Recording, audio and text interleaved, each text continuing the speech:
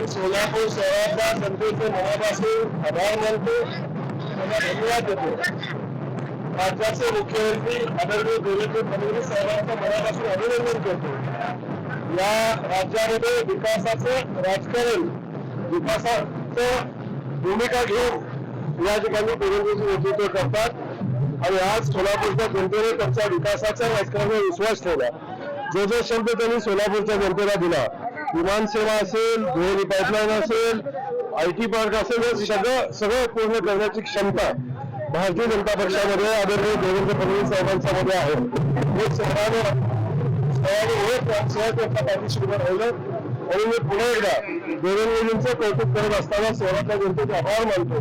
त्यासोबत आमच्या शहराच्या अध्यक्ष रोहिणीताई तडवळकर असतील, यासोबत आमचे शहरामध्येचे आमदार देवेंद्र कोटेजी असतील, आमचे उत्तरचे आमदार असतील, सन्माननीय जे मालक असतील, किंवा अत्तरगडचे आमदार आमचे सचिन दादा असतील, या सगळ्यांनी त्यांना मेहनत घेतली आणि या शहरामध्ये आम्हाला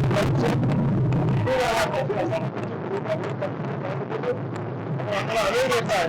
पहिल्यांदा या शहरामध्ये भारतीय जनता पक्ष स्वतःच्या पक्षीय सत्तेत आला आहे. स्वतःचा भारतीय जनता पक्षाचा भारतीय सत्तेचा पक्षीय पक्ष आणि या शहराने दाखवून दिलेलं आहे. त्या व्यक्तीचं राजकारण नाही, त्या प्रमाणाचं राजकारण चालतं, त्या व्यक्तीचं राजकारण नाही, त्या पक्षाचं राजकारण चालतं. हे भारतीय जनता पक्षाला जनतेने दाखवून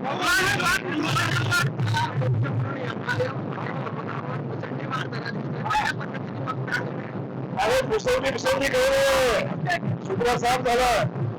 आता 4 किलो आपण बघितलं, एमआयएमचा 4 किलो निवडून आलेला आहे.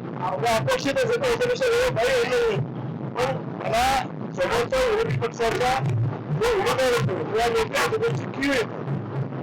एमआयएम सारखा पक्ष विरोधी पक्ष म्हणून पुढे आला आणि समोरच्या बाकी सगळ्या विरोधी पक्षाचा पायपच झालेला आहे. हे खऱ्या अर्थाने दुर्दैवी गोष्ट आहे.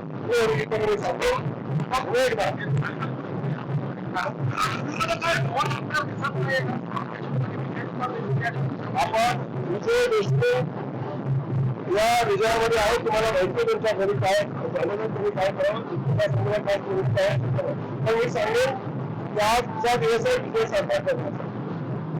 आजचा दिवस आहे सोलापूरच्या जनतेचा आभार मानण्याचा.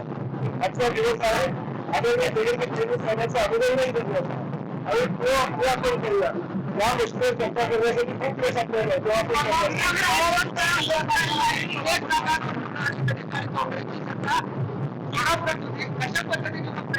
या शहराच्या खासदार पद्धतीने शिंदे यांचं राजकारण आता अस्थ झालं, राजकारणाचं अस्थ झालेलं आहे. काल त्यांनी किंबहुना जेव्हा येतात स्मितबाजी करतात, राष्ट्रीय नेतृत्वावर, राज्याच्या नेतृत्वावर काहीतरी टीका करायचं, प्रसिद्धी करायचं. त्याने तेच केले. पाणीपुरते पैसे स्वतः वाटतं मुळातच या निवडणुकीमध्ये करत होत्या. निश्चितच त्यांची घटना समाज सभापतीच्या निवडणुकीची चालू होती आणि आपण हा उमेदवार कोण माहिती आहे. हा उमेदवाराला भाजपाला सोलापूर महानगरपालिकेत मिळालं अभूतपूर्व यश. आम्हाला पण लावू ना. यायचं ना, काय झालं संबंध म्हणजे काय संबंध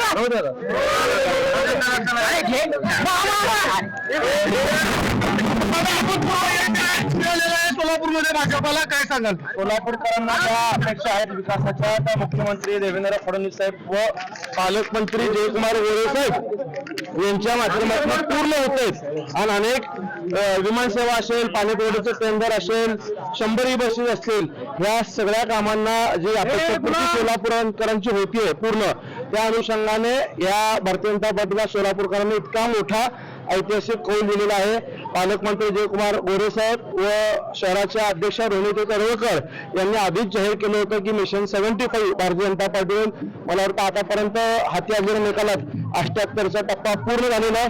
आणखीनही काही जागा सायंकाळपर्यंत वाढतील अशी खात्री आहे.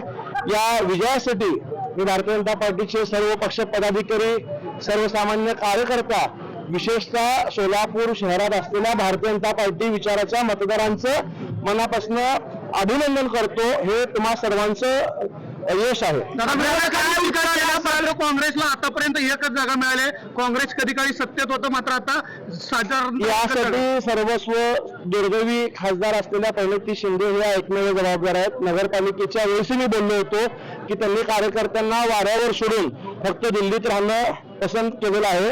राहुल गांधींच्या सहवासात जास्त राहिल्यामुळे प्रणितीताई त्यांच्या बहिणीप्रमाणेच अशा बेताल वक्तव्य प्रचारात सुद्धा त्या स्ट्रॅटेजीमुळे आज काँग्रेस पक्षांच्या कार्यकर्त्यांचं नुकसान झालेलं